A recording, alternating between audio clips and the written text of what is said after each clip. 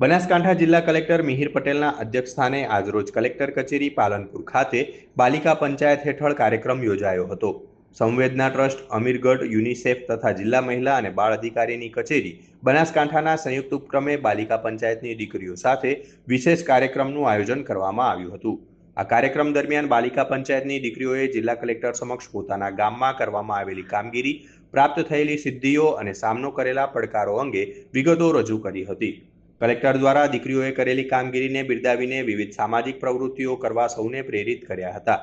શ્રેષ્ઠ કામગીરી કરનાર બાલિકા પંચાયતની દીકરીઓને સંવેદના ટ્રસ્ટ દ્વારા પ્રોત્સાહન પુરસ્કારો એનાયત કરવામાં આવ્યા હતા।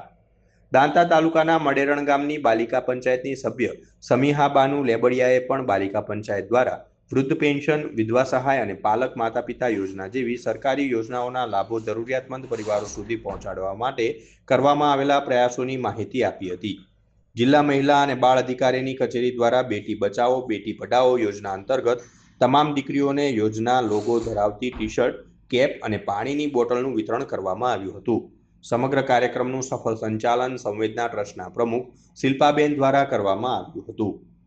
મારું નામ લેબડિયા સમીહા બાનુ શરીફભાઈ છે, ગામ મડેરણ છે અને તાલુકો દાંતા।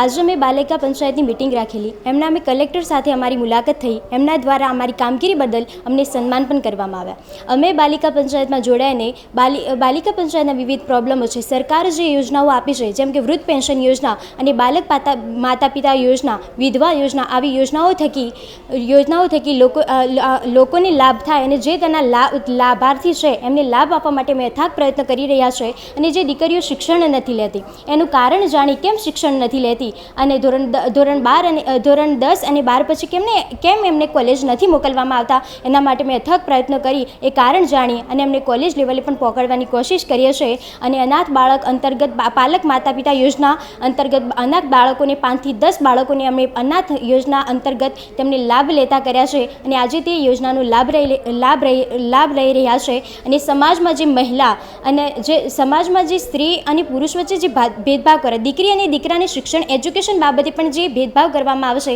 એ ભેદભાવ દૂર કરવાનો અમે અથાગ પ્રયત્ન કરી રહ્યા છે અને આ બાલિકા પંચાયત થકી અમારો આ પ્રયત્ન સફળ રહેશે એવી આશા છે। બસ અસ્તુ, જય હિન્દ, જય ભારત।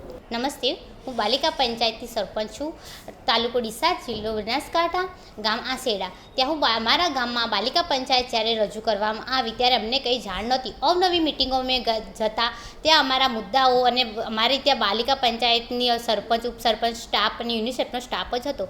પણ આજે મેં અહીંયા કલેક્ટર કચેરીમાં અહીંયા અમને બોલાયા ત્યારે અમને ખુદને બહુ સ્પેશિયલ ફીલ થાય છે કે અહીંયા કલેક્ટર આગળ અમે અમારી વાતને રજૂઆત કરી શકીએ છીએ અને બાલિકા પંચાયત કેવી રીતે બની તે પણ અમે કીધું, અમે કઈ રીતે કામગીરી કરીએ છીએ તે પણ અમે અહીંયા કીધું।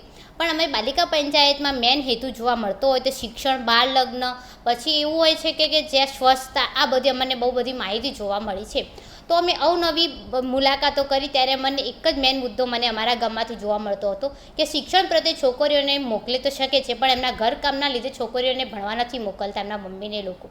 તો એમને મેં મારું ખુદનું જ એક્ઝામ્પલ આપ્યું કે અમે પણ 4 બહેનો છીએ, અમારા ઘરમાં પણ મમ્મી નથી, મારા મમ્મી નથી, તો અમે એમને જ કીધું કે જો અમે 4 બહેનો ઘરનું કામ કરીને આગળ સ્કૂલ જતા હોઈએ છીએ તો તમે કેમ તમારી છોકરીને ના મૂકી શકીએ? સ્કૂલનો ટાઈમ થોડોક હોય છે, થોડાક ટાઈમ માટે તમે ઘરનું કામ ના સાચવી શકો? તમારી છોકરી આગળ વધી શકે તો નામ તમારું જ આગળ નામ જશે, નામ રોશન તમારું થશે।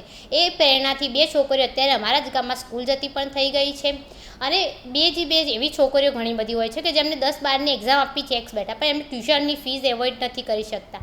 તો એવી છોકરીઓને હું મારી ઘરે જ પોતાના જ ઘરે બોલાવીને હું જ અત્યારે 2 છોકરીઓને ટ્યુશન આપી રહી છું, જે નેક્સ્ટ એક્ઝામમાં એ લોકો બોર્ડની 10માના એક્ઝામ આપશે।